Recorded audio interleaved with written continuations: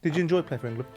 No, I never enjoyed playing for England for the simple fact is I never played enough. I always find myself defending myself. But you've got to on this one, Rob. You've got to, because Yeah. you hand it to him, rounded up in a little bundle and said, there you go. But that was me winding him up, or trying to wind him up. So if you were being kept out of an England squad by a player that was playing in the Saudi Pro League, you'd be pretty pissed off, wouldn't you? Of course I would, but I'd also be pissed off if I was kept out of the England squad by players who weren't playing for the club. This might get a little bit of a thing, but Michael was quicker than me. Yeah.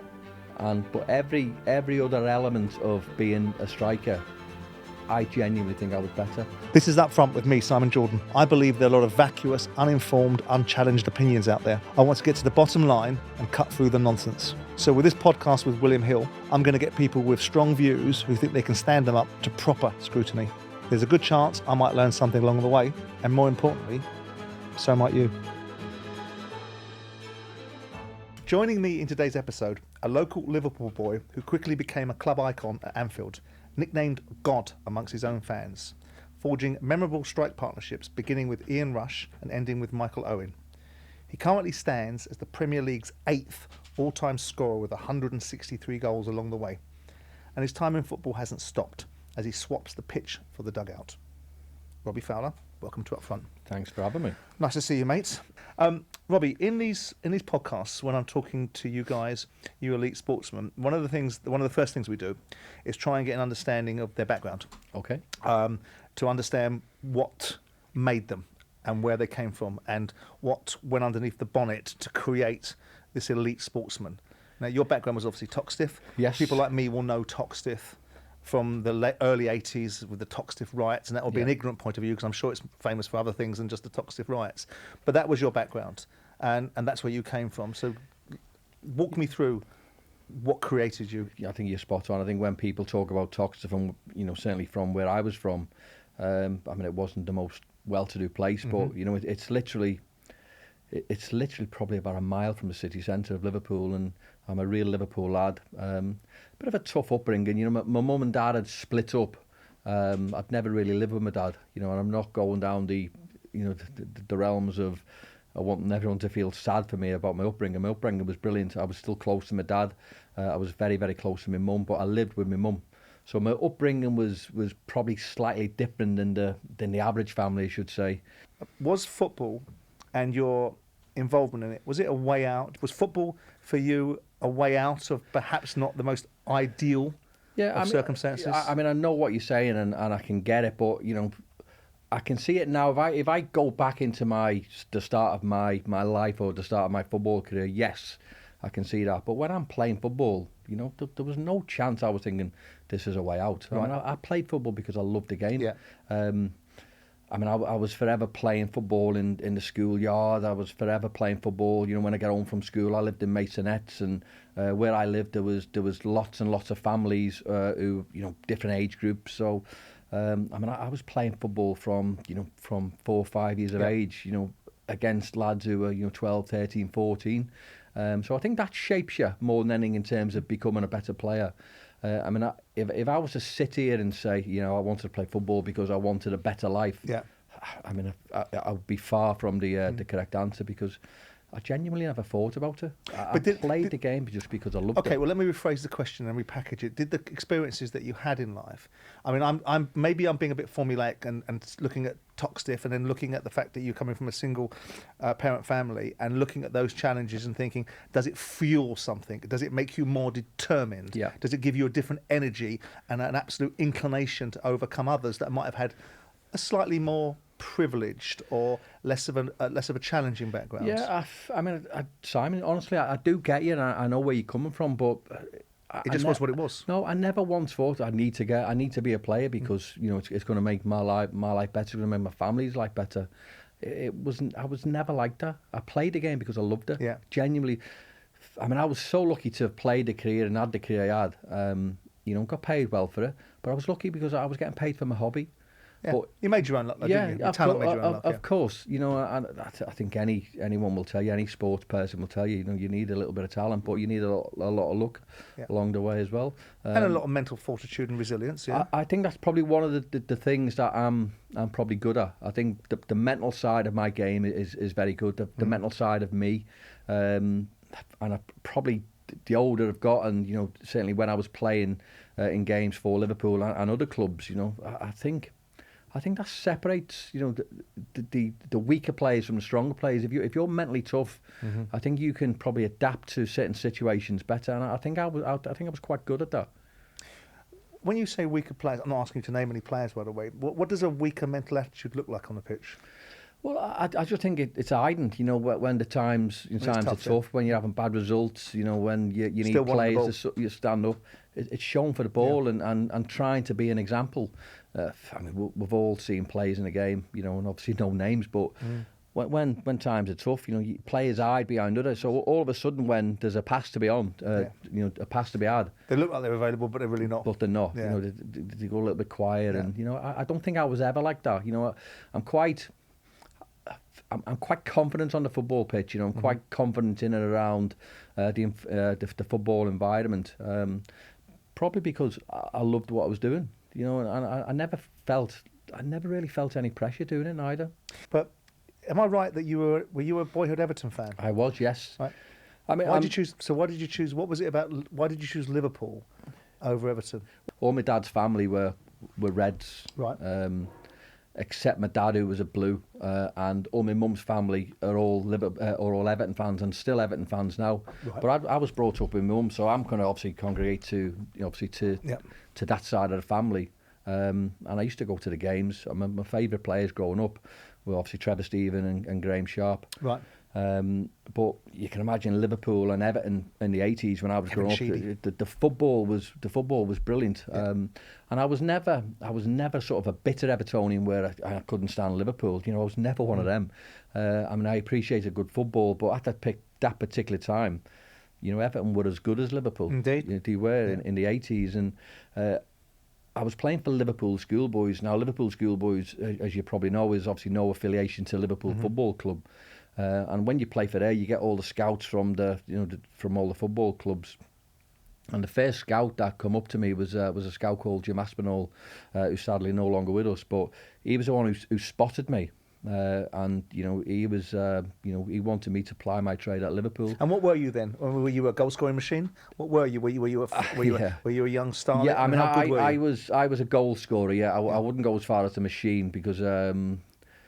Again, I'm far from big-headed. I'm quite normal, Simon, in all fairness. So I never sort of go down that that route with myself. I was okay. Was I the best player? Probably not. In all fairness, we had a player called Tony Grant who went on to Everton. Never had the career I had, but growing up, he was far better than me. Obviously, our careers went different paths. He went Everton, I went to Liverpool. He was probably the main player. Because it would have been a big thing to have been picked up to go to Liverpool in 89? 89? Yeah, probably. In fact, it was probably a little bit earlier, in all fairness, probably 87, 88. Because they'd been in their pomp then, wouldn't they? Yeah. But it's one of them. So when you're a kid now, and I think football is different now, where you get picked up for academies when you're 4, 5, 6 years of age. Right, whereas, it was a centre of excellence when we were growing up. So, we trained twice a week. Maybe at Melwood, which was the training ground, or a place called Fern and Sangster, which was just over the road from Anfield. And I think we had 2 coaches for the older the age groups, which was 3 coaches. One was Steve Highway, who's an absolute Liverpool legend, a brilliant player. Yeah, and a great coach as well. Yeah, very good. And a fellow called Ewan McCauley and Dave Shannon. And I think back now, and I'm I can't imagine the amount of work and the amount of effort they put in for trying to make so many good players, because you look at academies now and there's 30, 40, 50 staff, and at the time we only had we only had three of them. We have Michael Owen here, and not suggesting that Michael Owen was being big-headed and that you're very self-effacing, but he was very, very specific about the fact that he had no doubt that he was going to be the best player, and that not necessarily... Well, he wasn't when I played, was he? Well, I'm just saying what he said, mate. But he had no doubt that he was better than everyone else, and that that his route was clear in his own minds. Yeah. Were you on that page? Yes, I think you need an element of that self-belief. To be yeah. I think to be a sportsman, of course, I think you need to believe that you're better than everyone else. You need to I think you need to know that as well.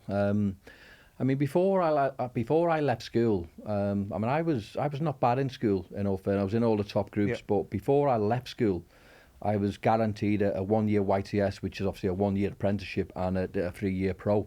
So I knew I was going to be a professional footballer. Yeah. Now, whatever level I was going to get to, I mean, that was up to me after school. So I knew I was going to go down that route. I mean, I knew from a young age I wanted to be a professional footballer. Never wanted to be anything else. Did you have any backstops in your mind? Was it priced in? You got a 1-year YTS with a pro contract on the back of it, right?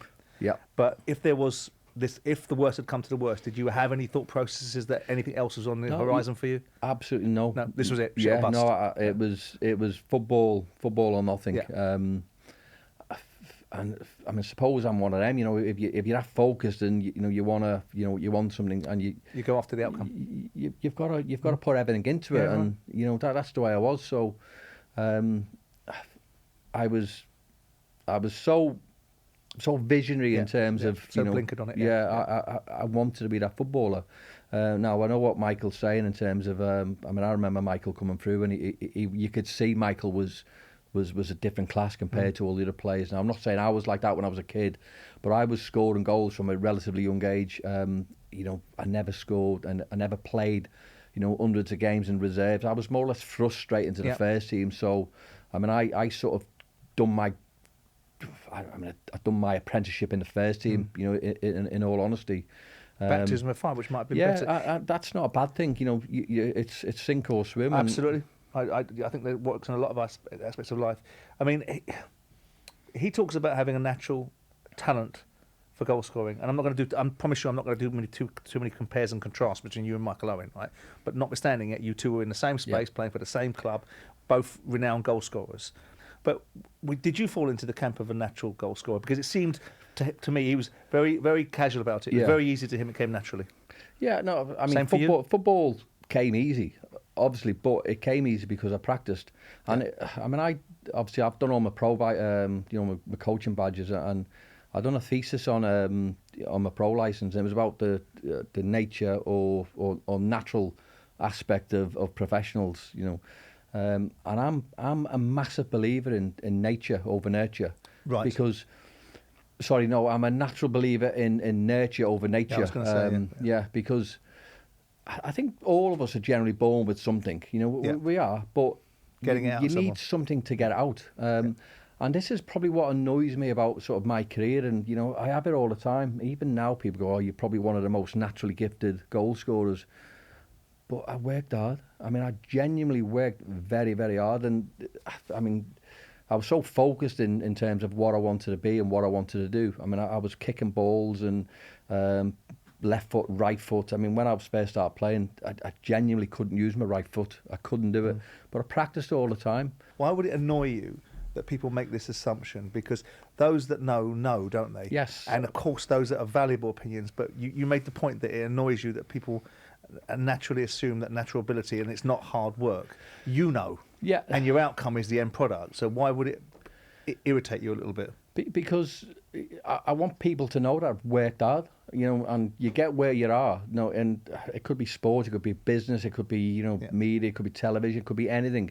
You get where you are by applying because yourself. You work hard. Yeah. And that's what I did with football. But did anyone infer that you were somehow given it then? No, well, when you talk about natural ability, people, you're playing because, you're a natural goal scorer. Yeah. Well, I mean, for me, that's not right because I worked on the game. It undermines the application that you put in to get to the level that you're at. Exactly, and I worked hard, and I mean, every single day I was going home, practicing. Yeah. And you become better at doing so because the repetition, the monotony of doing it over and over again, and that's probably where the natural ability or the natural. Well, you bring out the natural ability, you enhance it, don't you? Exactly, yeah. Yeah. Walking into a Liverpool dressing room, 17 years of age? 18. Yeah. Irrespective of how dominant Liverpool are, and the Premier League is just starting, isn't it? I think it's the first season, isn't it? The first season, I was in around the squad then. Yeah. Right. What was it like? You're walking in. I went to Liverpool. I went down to the boot room, tiny little room that is, sat with Sammy Lee, looked around. Didn't much get on with David Moores, but that's a different discussion. But there's still this massive football club. And you as a 17-year-old kid walk into this environment, getting your baptism of fire as you describe. What's it like walking in there with these figures of reputation and this club of stature? The way you put it there, and I mean, I never looked at it like that Didn't way. give it that thought process? No, because I mean, I knew how big Liverpool was. I knew how big the players were. I sort of understood football. I knew how good they were. I knew the concept of everything Liverpool. But I was so confident in what I could do, so I was more focused on yourself, on me. So, I mean, did you feel you merited to be there? Didn't feel any intimidation about it at all? I did. You know, obviously with the games and goals, and never ever felt overawed or never felt I shouldn't have been there. I mean, I probably got to a point when I was first starting where I probably wasn't ready. But then, you know, the more you train with him, then, you know, and this is why I love Graeme Souness actually, because he was like, you know, he was man enough to, I'm not sure whether he can say that anymore, can you? Or he was person enough to... you can, mate. Can we? Nothing wrong with that. Yeah, so he was man enough to, obviously, to put me in. And I loved that about him because he knew I was ready. And whether I thought I was myself, I didn't know. But, you know, thankfully I've gone in a team, and I think there's a difference between confidence and cockiness. Yeah. And I was confident, but I was never cocky. You know, I never. Well, cocky's a bit arrogant, isn't it? It's a bit ignorant as well. Yeah, isn't it? and that's one thing. Confidence is different, isn't it? That's one thing I've never been. To be fair, I think I'm. It's belief in yourself, but you know, when you start projecting onto other people about how good you are, then people can categorise, and you don't need to. If you're good, you're good. Yeah, right? no, I'm all for that. Yeah. Talking about Souness, I'm very fond of Graeme and spend a fair amount of time with him and speak to him about his time at Liverpool and levied the accusation that he had the most unproductive time in terms of he's one of the Liverpool managers with the worst records, which I know he doesn't like, and of course he's very proud of that football club, values it very highly. I mean, obviously you'd have been young, and you might have seen some of it and not been oblivious to others. Yeah. When you reflect upon that, what do you look at it like now? You know, was Graeme a visionary? In terms of football in the UK, he probably was. Our football at that particular time probably wasn't ready, so I do get the instance where people think he come in and tried to change it too soon. But what Graeme was trying to implement is exactly what every football club does now. Just ahead of his time. I think so. Yeah. And it was hard for players to sort of get into, because, you know, I mean, I think for myself, so, you know, I'm coming through and I mean, I spoke before about Ian Rush being probably not only England or Liverpool's greatest goal scorer, but the amount of goals he scored was brilliant, you know, and it was exceptional. But he used to have a drink, so I look at Ian Rush and think, he's the best goal scorer I've ever seen. So if he has a drink, it might work. Yeah. So I come into that culture as well. So I'm not saying I was holier than thou and never drank. I drank, you know, because that was what we did, and that's what the culture I sort of come into football was all about. And if it worked for them, and all of a sudden you think, well, if you've got to try and change your attitude and your mental aspect to do something that you've not necessarily done before, but you've been doing it this way because you've won everything that the club's got to offer, and then obviously you've got to change. It's hard. Yeah, it's hard to adapt. Yeah. Yeah, I mean, I think probably even Graeme now would accept himself that he wasn't fundamentally wrong in the principles of professionalising the football club, preparing it for the next generation of opportunities in football where the game is changing. Yeah. But maybe slowly catching monkey, right? Absolutely. Jamie Carragher talked the other day about the responsibility, the perceived responsibility. I'm not sure I agree with him, but I'm interested to see what you think about the perceived responsibility of local boys playing in their side. He used Marcus Rashford as an example, and what's happening at Man United and the players not stepping up. Did you feel a greater sense of responsibility, albeit, you know, you're young, but did you feel that having come from that particular area that you felt there was a greater obligation or responsibility upon you to do things in every game and every opportunity? I never felt it amongst the fans. I always felt, I had a real good affinity with the fans because of where I was from. Yeah. We don't get called God for nothing, do you? Well, I mean, I've been called lots worse. Well, God's not a bad one, is it? It is, actually. But yeah, I think the fact is that, you know, I always looked at it, and I think the fans always seen a little bit themselves in me because of where I was from. Yeah. You know, you look at the... You know, they could relate to you. Yeah, you look at the Liverpool, you know, the crowd and the people that go, and they all, I mean, from the obviously inner areas, and they probably seen this local kid done good, and you know, I think that's probably why they always took to me. And look, I do get certain people, whether it's Jamie Carragher, it's Michael Owen, and they can talk about, playing for, for these clubs and, understanding what it means from a fan point of view. But it never materialised with me. Do you think he's wrong, though, in the assertion that there's almost I think the underlying observation was there's an inherent responsibility for players that understand the value of the football club, come through that football club, get it, and what it means to people, that they would carry a greater burden of obligation. Do you think he's wrong, or do you think he's right on that? No, I think he's wrong for me. Yeah, but he might because be right I never worried or thought about that. Other players might do. So I mean, what's right for me is not necessarily right for other players. Yeah. And look, I do get it. Everyone goes into a different game with a different attitude, a different mentality. But it wasn't for me. I mean, I appreciated it. I'm not saying anyone else doesn't appreciate it. I appreciate it because I got on well with the fans, and I think the fact is that I sort of knew if I went out there and played the way I could, then there wouldn't be a problem, per se with me. Obviously, you have this remarkable start to your career. I mean, irrespective of scoring 6 goals in your first 3 or 4 games or whatever it was, you 3 seasons of scoring 30-odd goals, right? I would say that in today's society, that might be considered what top strikers do. Yeah. But in your time, a goal in every 2 games, because I made the observation to Michael Owen about being bland by scoring 1 goal in 2 wouldn't get him to win the Ballon d'Or in this day and age, and he told me that the players of his generation were much better than the modern day footballers. I agree, but what you're saying, go back to what you're saying there, Simon, as well. Do you agree with Michael's observation that you guys in your period were better than the players now? Yeah. Why? Because it was my period. That's simple. I mean, what you were saying there before about Michael winning, scoring 1 in 2.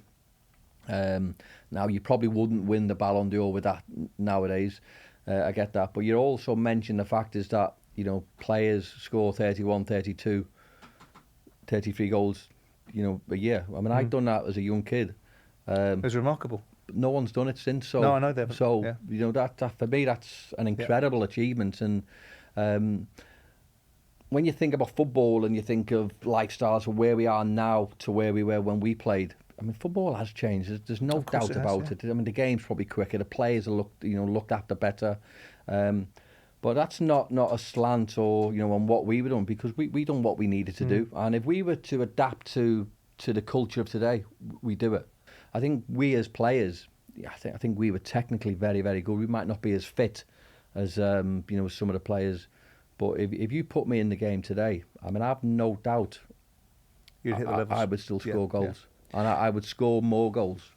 Given that, and also the adoration of the Liverpool fans, I mean, you don't get called... I mean, Matthew Le Tissier got called Le God at Southampton, but with respect to Matthew, Liverpool's on a different level to Southampton. You're getting called God by Liverpool fans, and you're revered. Why didn't this translate into England?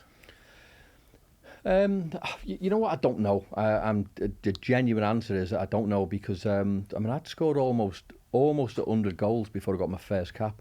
I mean, what do you make to that?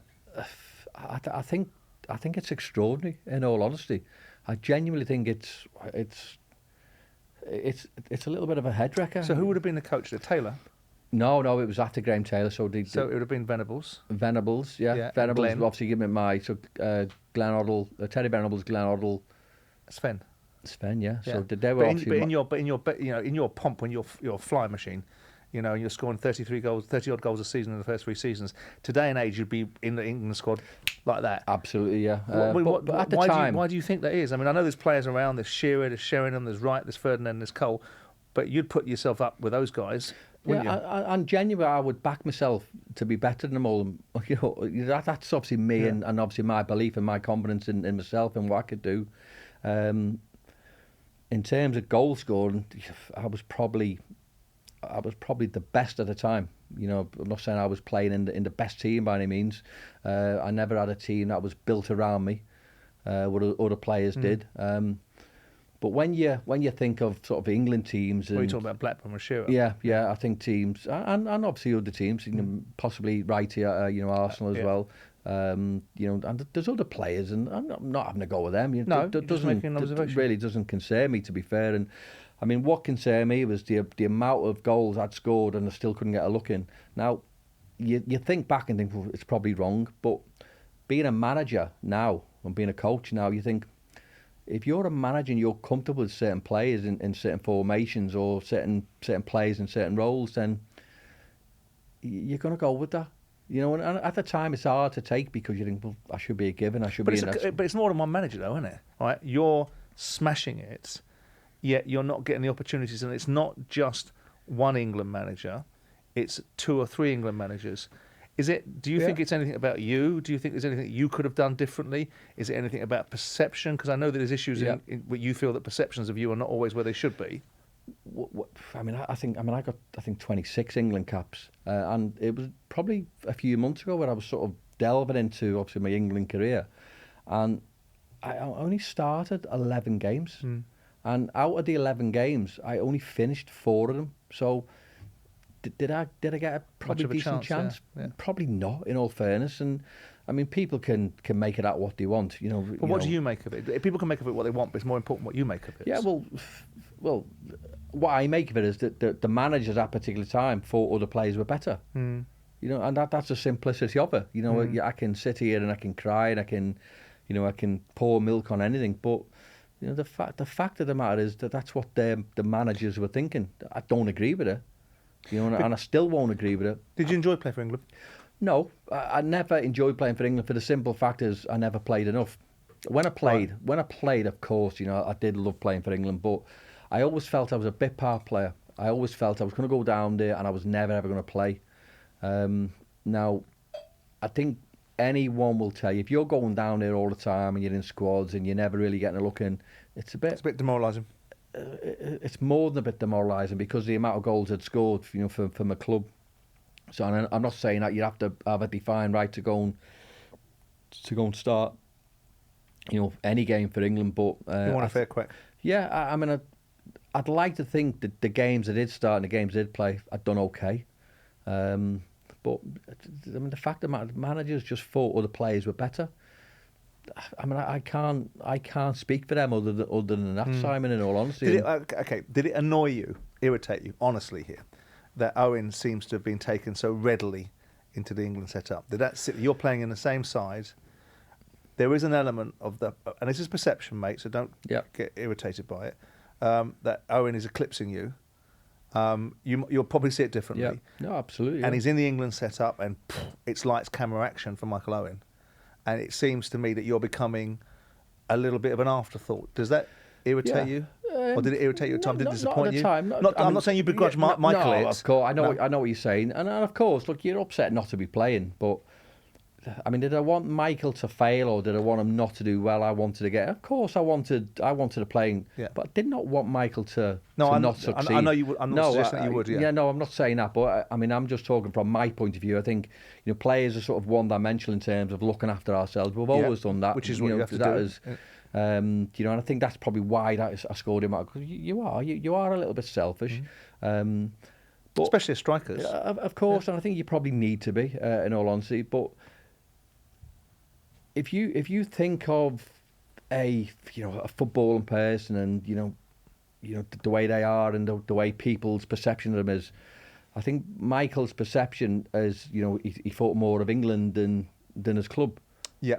But with mine, I thought more of my club than England. Yeah. Now it could have been the other way around if I'd have played more for England. Which kind of would have endeared you to Scouse fans because there is this Scouse mentality about England, of course, and the royal family and all that goes with that, isn't there? So the royal family is relatively new, isn't it? I think if you go back as far as you look at the cup finals in 86. They weren't doing the national anthem. No, then. not then. No, so I think that is a relatively new thing. But look, it is what it is in terms of football. People can think what they want.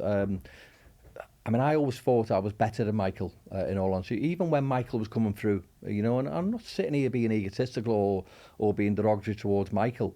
I think the only thing, and I mean, this might get a little bit of a thing, but Michael was quicker than me. Yeah. But every other element of being a striker, I genuinely think I was better. Right. Now, Michael can sit here and he can say exactly the same thing, but that is my opinion and that is my self-confidence. I was better in every aspect of being a striker. You know, and look, that might come across as, you know, That's your view, mate. Egotistical, but Michael can look after himself, can't he? of course he can, and you know, and I get on very well with Michael, in all honesty. But you know, Michael will sit and say the same thing because he has that incredible confidence, and he played to the level he did because he. I mean, he was a great player. I don't think there's anything wrong, Robbie, with having belief in yourself. If you don't believe in yourself, who's going to believe in you? If you believe you were, I mean, people will take those sort of words and twist them how they want, right? Yeah. But you say what you mean and mean what you say. Of course. And I think I've done things in my life I've been better than other people, and sometimes I say it and sometimes I don't. Yep. In the context of the way that I'm framing questions, I'm almost making you say to some extent because I'm putting you in a corner and saying about Owen with this, and I think it's entirely fucking right that you turn around and go, well, actually, by the way, I think I'm this and I think I'm that.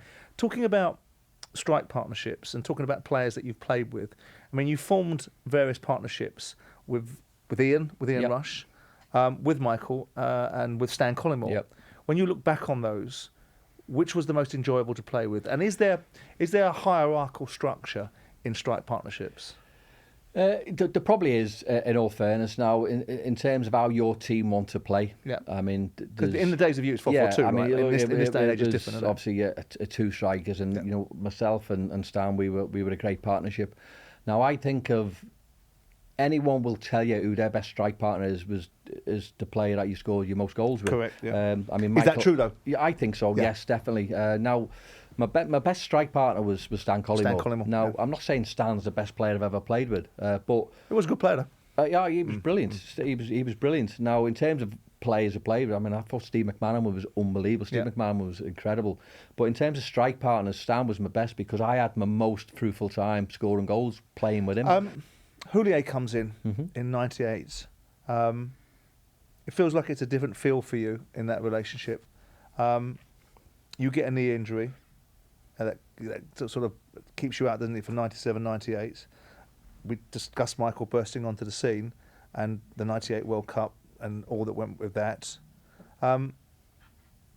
It's beginning, you know, you're whilst 98 is still some way away from your departure, you're beginning to move into the area where potentially you're coming to the end of your time at Liverpool. What was your relationship like with Houllier? Because I get mixed perceptions of Gérard Houllier. Danny Murphy will tell me he's the best thing since sliced bread and absolutely adored him.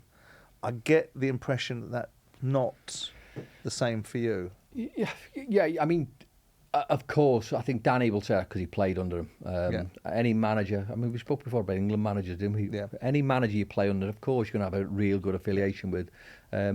Now, what I will tell you about Gérard Houllier is he never played me, so you know I disliked him for that. You know, I never got on well with him, but that doesn't mean I disliked him as a bloke, as a person, as a manager. You know, I genuinely thought what he brought to Liverpool was brilliant. Again, you know, we spoke before about Graeme Souness in terms of how he changed the lifestyle and the culture of that particular Liverpool team. Gérard Houllier done the same, and that was probably hard for me to adapt to. But you do say in your autobiography that he lied to you. That he lied to you. Yes, he did. I mean, on more than one occasion, because he tried to sell me. And when obviously I confronted him, he denied it. So, I mean, I don't know what else to say because I mean, you know, Gerrard genuinely was a nice man. Yeah, he was, and I did fall out with him. I really did, but I fell out with every manager who I ever played with. You know, and that's me. Is that because is that when you say fallout? Is it your disappointment about not being picked at certain times? Is that it, or was it personality clashes? No, absolutely not a personality clash. It was just disappointment it was that not being played. That I wanted to play all the time. I could not stand not playing. Yeah. I mean that was. If you that's think how it should be, though, yeah, I think if you think of the modern game, Simon, now you get players who are happy sitting on behind. Yeah, that stinks. I mean that is wrong for me. Yeah. You know, I left Liverpool because I wasn't playing. And it killed me to leave Liverpool. And it's not being disrespectful to Leeds. It's not being disrespectful to Man City. I wanted to stay at Liverpool. Yeah. Now, looking back, I know you're a commodity. you know. Yeah. And this probably what annoys me with the game now. So if you're looking at it from the outside, you know, the players get a lot of stick, don't they, about loyalty. Yeah. But loyalty is a two-way street, and it works from a club side of it as well. Yeah. So the minute you're deemed not good enough, the club will get rid. So if it comes in the other way, it's, you know, the players are the ones that get all the stick. Now I know you'll come back at me now because you're obviously an owner and a chairman, and you've been that aspect.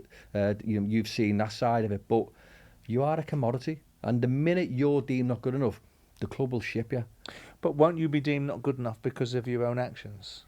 I mean, ultimately, nobody in their right mind signs a player. I'll just throw a different perspective on it, and happy for you to debate me through that process. But if I sign you as a player and put you on a 3-year contract and pay the prerequisite costs of having a Robbie Fowler in my dressing room, your form deteriorates, you're no longer required. It's not because I devalue you because of your commodity, it's because you ain't doing your job.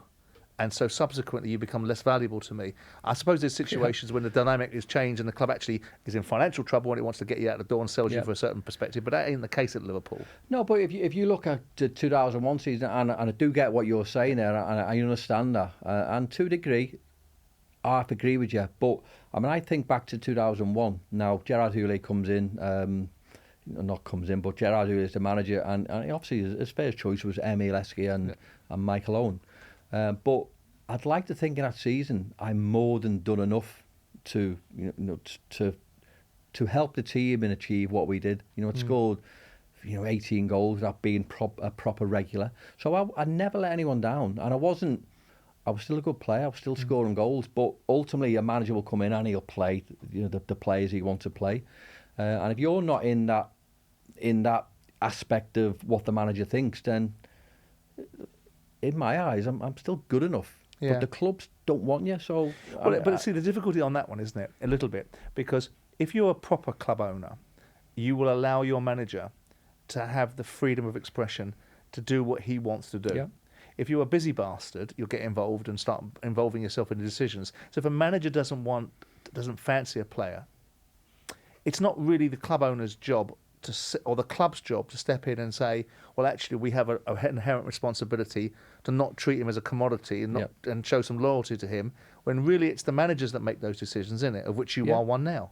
Yeah. So it's not about commodifying something or making something a commodity. It's just about the reality of the world. You sign a contract with a club, you get paid. Sometimes you get paid for doing a not particularly good job, and sometimes you get paid for doing a brilliant job. And sometimes circumstances change and players get bought and sold. I think it's sometimes disappointing when players think that it's a one-way transaction, because I don't think it is. No, I'm not saying it's a one-way. I'm saying it's a two-way street. Yeah. You know, the players. So loyalty for me is a two-way street. So where I'm going, it's not just me. I think you can talk about any. I'm not making it specific to you. Yeah, no, I think it's general. I know that, but that's obviously my opinion and my thought on the realms of the game, if you like. You know, if you deem not good enough, the club will quickly. Yeah. Now I know what you're saying in terms of you're not scoring goals, you're not playing well. Then you're not good enough. Of course, yeah. But it wasn't the case in your place. But I was good enough, you know, and I was scoring goals. When you look at your career, I mean, for me, when I speak to you and I look at your record, and I remember watching the Liverpool side of the 90s, and I remember you. And I remember certain things that you did, and we'll talk about one of them in a minute, because it always comes up, right? Yeah. And I'm not going to particularly dwell on the Spice Boys bollocks, because I find that a bit formulaic and irritating. You've probably been asked it about 1,000 times, right? But I don't think you've got the credit that you should get, because even me, when I look at your goal scoring record, I think, I don't remember Robbie Fowler being as prolific as that. I don't remember him being as clearly, because statistics don't lie, as compelling as he was. And I wonder how you look about it, because I think, is it fair to say, Robbie, that after your injury in 97, 98, you're probably not the same player? Yeah, I mean, at the time, I'll be honest with you, I didn't think of that. It's only probably when you finish your career, you probably think, I probably wasn't the same player. Right. But I still scored goals. Yeah. I mean, but probably not to the point where I scored goals. And I mean, at the start of the show, you mentioned the fact is I'm probably eighth in the all-time Premier League. I mean, which is a remarkable stat. Yeah, I mean, I genuinely proper proud of that. So you should be. And you know, obviously, I've not played the game for. I mean, my last game in the UK was probably 2007, 2006. Right. So it's a long time 15, ago 16, for 17 me years to ago, still be, where I am. I mean, it shows you sort of how good I was. Yeah. I think my career could have been a lot better if it had probably looked after himself a little bit better. What does that mean? Well, I mean, I went out and I was probably not professional the way you see professionals now. But that was me being culturally doing what was right at that particular time for what the players were doing. You're a product of your times. Yeah, exactly. The product of the environment, yeah. I think, I mean, I'd go out maybe a few times a week and it's just what we did. But I never thought it affected me, in all honesty.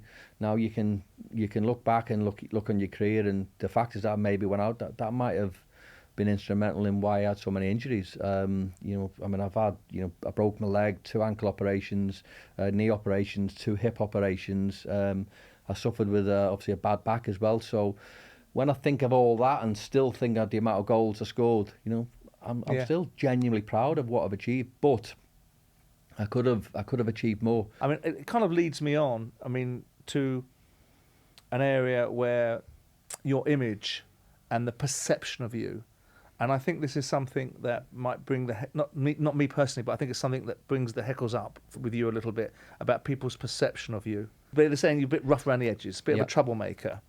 What do you think to that perception, and how relational do you think it is to where you are now? Yeah, I think rough around the edges. Sounds a bit patronising. I don't mean to sound that way. I think that's because of where I'm from. Yeah. In all honesty, because they give this label the toxic terror and shit like that. The fact is that you throw in a toxic terror, just like it says something straight away, doesn't it? And I know it's maybe a play on words because obviously you're terrorising defences, but other people mightn't see that. Other people might think, oh, he's from Toxteth, he's a little bit rough around the edges, and he's a troublemaker. I mean, far from it. I was brought up well.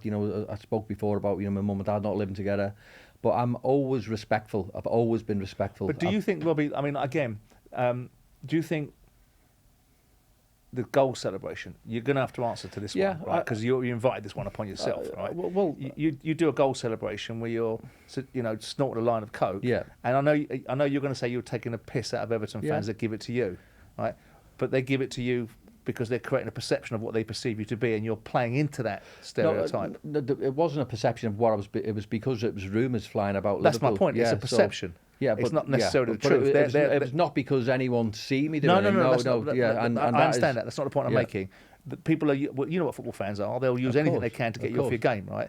But you going back at them with something that most people would say, recreational habits of everyone's own business, right? And no one's suggesting you were involved in that. But you playing into that narrative will steer into the idea that people are going to say, fucking hell, Robbie, what can't be is that? Genuinely, it was me winding them up. Now, you talk about my career and, I obviously went out, and because I could go out, and people think, well, I mean, he's out, he must be on this or he's that.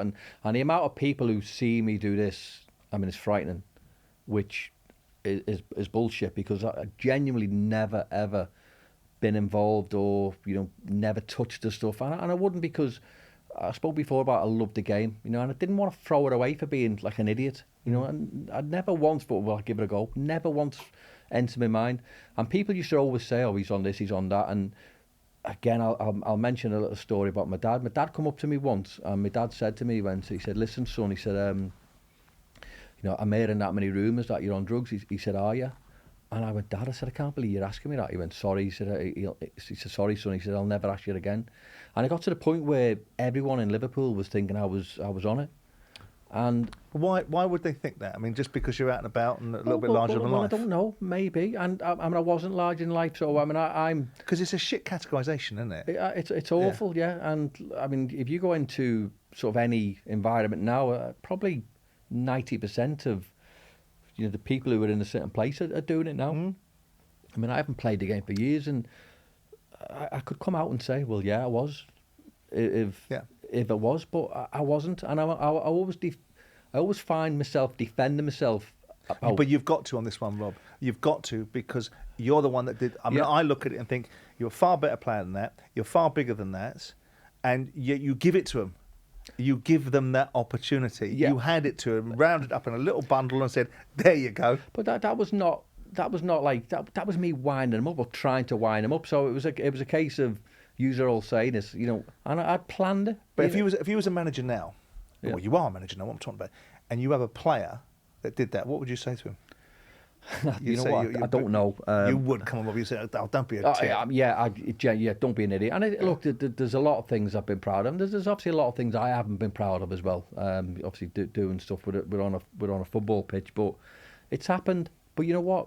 I'm a better person because it has happened. It's made you probably appreciate things differently. It's made you sort of act differently. It's made you say different stuff. Now, I knew at that particular time. And look, I wasn't young. Let's not hide the fact is I was a kid doing it. But I planned on doing it because it used to annoy me, and it was just a case of, can I swear? Yeah. It was just a case of fuck you. You know what I mean? And that's what it was because it was annoying. And everywhere I went, I got tarnished and labelled with this drug taker. And even now, Simon, to be honest, I'll go on social media and people will mention it. And this was like, we're talking 20, 30 years ago. Management for you. I've seen observations, and I've made observations about you, about some of the responses that you've suggested that you've not been given opportunities, and that the opportunities haven't been afforded you. And I'm trying to work out what, like you just sat here, you're a serious man, you've had a significant career. Perceptions don't last forever, but there must be perceptions of others. So, for example, I would say, what's the perception of Robbie Fowler in comparison with the perception of Wayne Rooney? Because Wayne Rooney is getting jobs at Derby County, going to MLS. In my view, undeservedly getting the Birmingham City job because he doesn't win anything in any of these two. And Derby, you can explain. I don't think so much in America. And you get a job in a top six championship side. So what's the difference in perception between you and him? You're having to ply. You're having to have boots and travel. Yeah, I'm not. Look, I'm not getting into any conversations or arguments about why he gets a chance and I don't. I mean, I'm maybe different in terms. But I think it's important, Robbie, because you're the one that says it. You're the one that says you're not given opportunities. But so why do you think that someone like him would and you wouldn't? Well, let me sort of lead on to what I'm going to say, Simon. So, in terms of what you're saying, Wayne Rooney. Look, he's his own man. He's obviously chose his own path and he does what he wants to do. When I think about my career, I mean, I never had an agent, right? I had a financial advisor. Right. So I never. If I'm probably doing my career again, I would maybe think about having an agent because you probably get more out of the game, in all honesty. So I think a lot of players do fall into the category of coaching and managing. Wayne Rooney done it because he obviously he fell into the obviously the Derby one. Obviously his agent was involved in that. The agency was involved in the DC United as a player. He goes back as a manager over there. And look, fair play to him. What he's done. Yeah, I'm not pitching you against Wayne Rooney. No, I'm trying to work that, out because you've said it. Not about Rooney and not about Lampard and not about Gerrard. I'm not interested in pitching you against those guys. Yeah. What I'm trying to get to is why I do think you feel a little bit aggrieved about not being given opportunities, and you can't understand why. And I made observations, and I've got to make no apologies for it. I saw a comment about you in the press about 2 or 3 months ago, and it came up with that you weren't given any opportunities. And my comments were, well, maybe if you stay in a job for more than 5 minutes, and maybe if you've got a win record better than 15% in East Bengal, then maybe you can start having a conversation with people about what jobs you should have. But you know what disappointed me about that is because you're involved with football, so you understand the elements of not everything is black and white. So you understand. But I was reacting to what I think had considered you whining about your opportunities. No, I'm not whining, far from it. What I'm saying about when people ask you, have you had the opportunity? No, I haven't had opportunities the way other people have. I'm not saying I haven't had opportunities because I've been overseas, but what I've done is I've shown people that I'm dedicated. I have the desire, the commitment to go overseas and do what I need to do. That I'll give you. Yeah, but you're there for 5 minutes in each job. But that's not my fault. But whose fault is it then? Well, it's not mine, is it? So I lost my. In Thailand, I took over a team. We were third in the league. We ended up finishing third, and we got to the cup final. We lost the cup final after extra time, so done a good job. came home, wanted to do my badges, and wanted people to take me serious then. And then went to Australia. Australia was brilliant, done ever so well. But COVID, that was entirely COVID. If it wasn't for COVID, we'd have won the league because we were by far the best team, and I was confident of that. So when I came home from Australia, no one really knew what was happening in the world because it was a real bad time for everyone. Anxiety levels for everyone was through the roof. I understand that. Now I knew I wanted to sort of get back in the game. Now I didn't know what was going to happen with any other club. I didn't know what was going to happen. And then all of a sudden I get a phone call. Would I be involved in taking a club from the I-League? Now, do you understand the infrastructure of the Indian League? I'm not being disrespectful. No, I get the broad strokes. But yeah, but it was obviously you have the I-League and you have the ISL. Yeah. So they had I get a phone call. Would I be interested? And obviously looked into it, but I knew it was going to be difficult. But obviously I've been these other places, and I knew I like a challenge, and I'll go and do it. But I took a team who was built for the I-League. This is a team below the ISL with a team full of I-League players wanting to do well. And I brought in a few foreign players. But it sounds far-fetched, this, but when I say we had 10 days pre-season with a team built for the league below to go and play in the top league, it's probably akin to, no disrespect, but it's akin to Accrington Stanley going into the Premier League with 10 days preparation. And we done well. So we finished 9th out of 11th, and it doesn't sound good, and I know it doesn't sound good, but it was a bigger achievement than what I'd done in Australia. What kind of manager are you? I am, I think, a very good one. I'm going to say that. I think I'm methodical in terms of how I want to play. Yeah. I think anyone can sit here and say we want to play like Pep. You can't play like because you haven't got them players. But I think I like to play on the front foot. I like to play attacking football. But I'm also savvy enough to know that you've got to play a certain way because you don't want to concede goals.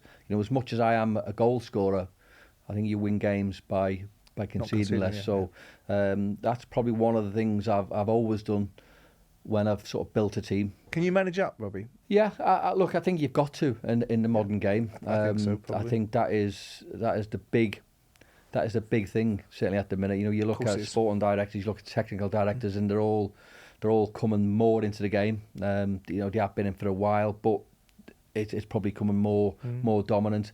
So you need to speak to certainly owners, chairmen, sporting directors, even chief scouts now. That's the way football is. And this is what I was saying before, Sam, as well.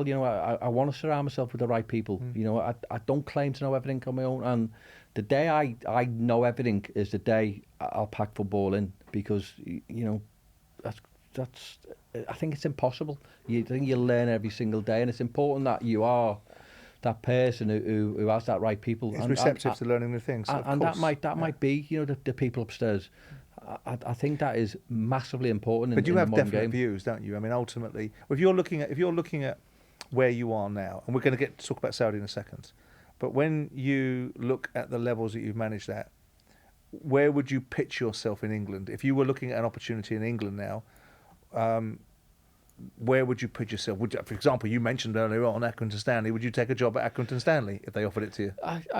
Look, without being derogatory or hypocritical of any football club, I want a job that has got a good project. Now, you probably hear projects all the time, but for me to go to a club, and I'm not saying Accrington Stanley is this club, but for me to go to a club who have no ambition, I don't see the point. I'm exactly now as a manager as what I was as a player. I want to be the very best, and that's exactly why I've done. Realistically, for you to get into English football, you're not going to land a Premier League job. No, of and course, you'd be fortunate, I think, to land a Championship job. So you would not. I'm not suggesting you should be targeting this, but a League One environment with a club that's got a little bit of ambition wouldn't be a bad place for you to land, would it? Absolutely no. Of course, I'm sat here and without a job. So yeah, beggars can't be choosers at times. That. But I'd like to think that the place I've been, regardless of what people's perceptions of them leagues is like, it's still You've challenging. operated at the highest level in them. Yeah, of course. And I mean, I know we're going to talk about Saudi, but in Saudi we had players who've played in the Premier League. We had, six players who played at unbelievably high level. So I've coached and managed players who've played in the Premier League. Players who've played in the top leagues in Turkey. Players who played in the top leagues in Germany. So it's not you're playing or you're managing these clubs and there's no players. There's no one of any stature. I mean, I'm talking about players who've played at the top level at certain countries. Yeah, let's talk about Saudi. I mean, obviously it's all over the news in terms of the media love it because it's the next existential threat to the Premier League. They're spending X amount of money, and of course Saudi Arabian investment into all sports, whether it's live golf or whether it's the boxing world now. But first and foremost, it started with the Saudi Pro League and their ascension that might have been provoked by Qataris doing the World Cup, whatever, right? Yeah. They've got more money than God, right? And they're going to utilise it would seem. You went there. Why did you think it was an opportunity for you? Well, it was an opportunity for me because it was an opportunity. That's the simplicity of it. It was a case I went over there as a consultant, in all honesty, and then just realised this club needed a manager, so I put myself down for it, and got it. So, why has it come to an end, by the way, for you? The sporting director had other plans. He wanted to bring someone else in, and even that in itself. I was over there, and my record over there is without signing statistically, it was brilliant. Yeah, I can see it's a 75% win record. Yeah. It was genuinely very good. But you've got an insight into Saudi. I mean, it's the thing that everyone's fascinated about. I'm not particularly fascinated about it. I think it's just another country wanting to develop a football league, and good luck to them. As long as they don't fuck it up for everybody else and break the ecosystem and turn everyone else into economic ruin because they don't care about the consequences of it, I think chapeau, fill your boots. But do you not think the Premier League done that though? I think the Premier League came out of the necessity to give English football a kick up the backside because prior to that, the economic landscape of football was in the toilets. Yeah. We go through the 70s, we go through the 80s, and football is economically broke. Clubs are going bust, attendances are down. Do you not think Saudi are doing what the Premier League done though? Well, the only reason the Premier League, and yes and no, right? But the only reason the Premier League were allowed to do what they did, because the de facto governance of English football, the FA, didn't do what it should have done, and the Football League were too stupid to take what was on offer, which was a significant proportion of the deal that the Premier League said to them, well, listen, we'll give you, I think it was 25 or 30%. We'll give you 25, 30% of the revenues that we get. And the Football League went, no, we're our own fucking boat. Right? Well, how did that work out? Mm-hmm. Now, go to your question with Saudi. There is no doubt in my mind, with all due respect to the Saudi Arabians that are perfectly entitled to build their football league and do what they want with it. There is an element of using sport as an image enhancer and a creative opportunity for attracting commercial attention to a country that would like to be an industrial hub, that would like to not just rely on what goes beneath the surface of the oil that flows through their community. They'd like to have other opportunities. So they don't have the same footballing motivations as the legacy football clubs that have happened in Europe. Right. So I think there is a similarity between the Premier League setting off into the sunset, but that's more to do with incompetence of other people that didn't jump on that boat and didn't see the opportunity than it is to do with potentially a nation state shaking up the infrastructure of football and changing the economic landscape and creating a problem that necessarily isn't for the betterment of football. Yeah, I mean, I do get you, and you're far more clever than me in terms of the sporting backgrounds of the Premier League, the Football League. But with what the Saudi government are doing, are they not trying to do what maybe the EFL should have done years ago? They obviously want the football to be better, and that's the simplicity of it. And that's fine. And do you know what? Chapeau. Absolutely. And I don't think they should have any problems with investing significant amounts of money to give their leagues a chance. If they want to play at the table with the legacy football clubs, because whichever football club in Saudi Arabia is playing in a game, no one's particularly interested right now. And I'm going to ask you about this because you've got the insight that people will be fascinated to understand because you've been there. If they want to be at the table with Liverpool, Manchester United, Barcelona, Arsenal, Juventus, Real Madrid, then they should have to be governed by the same rules. Yeah, no, absolutely. And then if they can get their turnovers up to £500 or £600 million a year without artificially creating deals that enable them to do that, then they can have £300 or £400 million wage bills. Because my argument would be, none of the players that have gone over there, with due respect, would have gone over there if there wasn't a big bag of money on offer. Yeah. And surely Saudi Arabia wants to be a little bit more than just a big bag of money. They want to be somewhere that you want to go, rather than you go there because you can get paid and then you can piss off back to where you came from. Do you see some of the criticism that's been levied? Let's say one of your old teammates, Steven Gerrard. What do you make to that?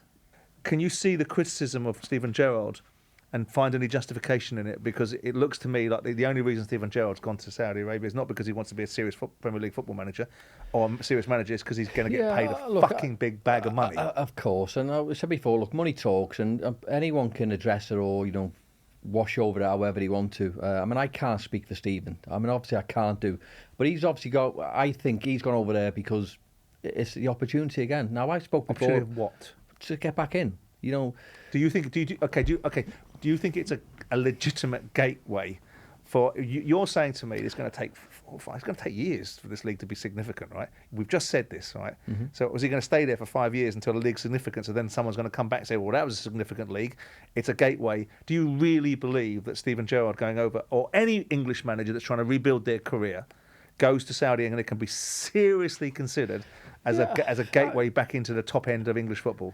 I mean, now that we're obviously talking about it, it's obviously tough, and we know that. We know how people's perception of Saudi is. But look, that might change. That might change within a year, 2 years. So you don't know what's around the corner. Potentially, yes, I think it could be a bit of a ruiner. But also potentially it could be a good thing if he goes over there and smashes it. Yeah, and then all of a sudden you think, but wow, because there's some. Obviously, we talk about good players, but some of the managers who potentially could go over there as well. Because I'm just trying to put myself in. It's been a while now since I've been an owner, but I still think like an owner, even though I've written an article criticising Todd Bowley, right, about his ownership of Chelsea, and it flies in the face of me wanting to criticise another owner.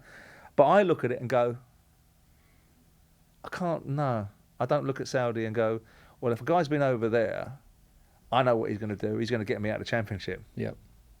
No, I get that and I see that, but when you talk about the long-term plan, and I know being a manager is probably far from anyone's fault, having the longevity to talk about what's going to happen in the future, but you've got to go over there and you've got to have the attitude of, first and foremost, I want to do well. So I don't think he's gone over there and gone, you know what, I'll do this to get back in the Premier League. I think he's gone over there, and I think for a player or a manager, it's for the now. I don't think they think about the future. I think they want to go over there, and we spoke before about how focused you are.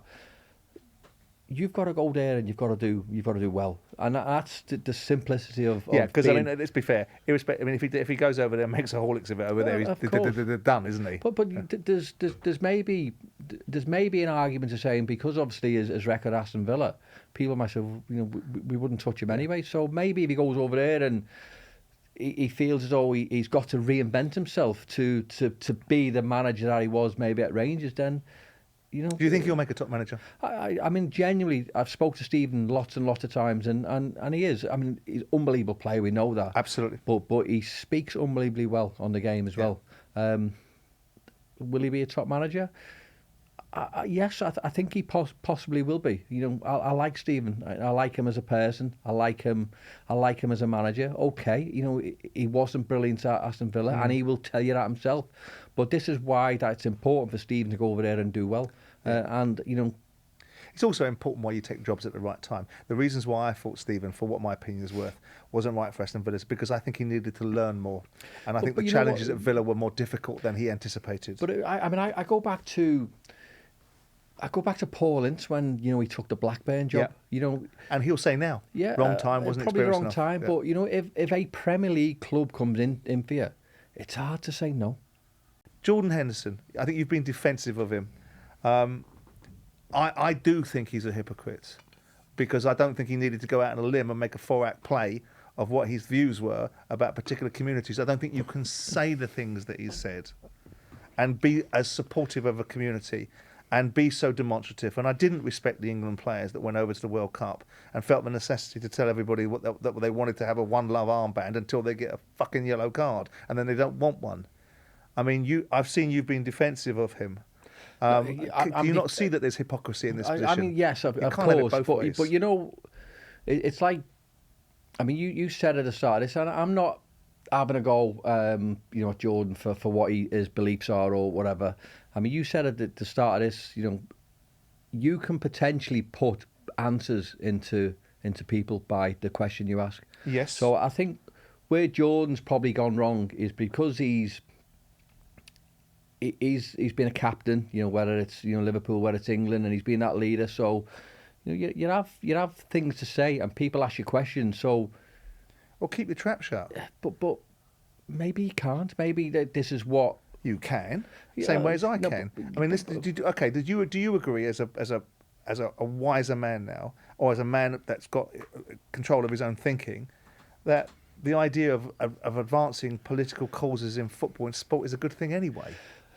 Yeah, I think politics and football shouldn't mix. No, it shouldn't, because you become a role model without wanting to become a role. Be one. Yeah. And I think that's just that's football in a nutshell. You know, people listen, and people will take everything, you know, what you say for, you know, not for granted is probably the wrong word, but people will take that, you know, and listen to it, whether they agree with it, whether they don't agree with it, but people will listen to what a footballer says. Now, should he be said it? Possibly not, you know, but he has said it, and, you know, he's sticking to his guns and he's backing it. What annoys me, Robbie, insofar as what annoys me is particularly relevant, is when you say something, but you don't have the stomach or the courage or the integrity to actually have any consequence or any skin in the game. Or I'm going to support a particular community in a World Cup, but I'm not taking a yellow card. That annoys me, because you either have substance or you don't. Do you think with Henderson that he should be playing in the England side because he's playing in a league that, you know, isn't at the top? You're not playing in competitive football on a week-by-week basis in terms of the levels that you should be playing at to play international football. Do you really think that he should be in an England side? I think you should be playing for the England side if you're playing well. By what standard? Yeah, but it doesn't matter what standard. I mean, you look at the England squad now and the England setup, there's players within that squad who don't play. So, you know, can you throw that question at players who are not playing? You mean Kelvin Phillips and people like that? Yeah. I mean, Maguire was getting in the squad. And look, we're not having a go at players, but just regardless of whether they're playing for the clubs or not, whether they're playing great for the clubs or not, if managers are comfortable with certain players, then they're going to pick them. Now, what you say and, you know, what I say, it doesn't matter. It genuinely doesn't matter. If the manager wants to pick a player, regardless of what level he's playing, then, you know, it's up to him. True, but that wasn't the question I asked you. I asked you whether you think a player, put aside Jordan Henderson, put aside the allegiances you've got, if it was if it was not based upon any association with Liverpool, and a player was playing in the Saudi Pro League, in a league that's a mile off the competitive leagues that we need to see our best players playing in. Yeah, come on, Robbie. No, I mean, you would say, I'm not having that. No, but I mean, you can throw a few players into that mix. So you got Henderson played over there. I mean, Ronaldo, regardless of his age and, you know, how good he's been in the past, he's still scoring goals for Portugal. He's getting phased out, though, isn't he? Of course, and Henderson will get phased out. You know, Benzema will get phased out. You know, that happens in football. Players will get phased out. Players, if they're playing now, and, you know, it's not my allegiances to Jordan Henderson, because I'm not unbelievably big mates with him. I mean, I know him, I've met him a few times, and I mean, I've got a lot of time for him, in all fairness. But so if you were being kept out of an England squad by a player that was playing in the Saudi Pro League, you'd be pretty pissed off, wouldn't you? Of course I would, but I'd also be pissed off if I was kept out of the England squad by players who weren't playing for the club. Yeah. Last question for you. It's a frivolous question, but I've been told to ask it. Would you beat Michael Owen if you had a competition of throwing apples in a bin? I think he's doing well in meme land at the moment. You know what? Probably. I mean, what a question that is. I mean, I have genuinely. I sat seen there it. and took when Michael was telling me, I sat there listening to it intently and seriously. I never knew it was going to be turned into a fucking 1,000 memes for poor Michael to live with. Yeah, I know. Would I beat him? Yes, let's say why not. Yeah. Listen, Robbie, I've enjoyed it today. Pleasure, mate. Look forward to seeing you, hopefully, in the future in the dugout. Thanks very Thank much. you for being so upfront. Cheers, mate. Thank you. Well done, mate. Upfront with me, Simon Jordan, is brought to you by William Hill. Future episodes can be found on YouTube, Spotify, or wherever you find your podcasts. 18 plus, please gamble responsibly.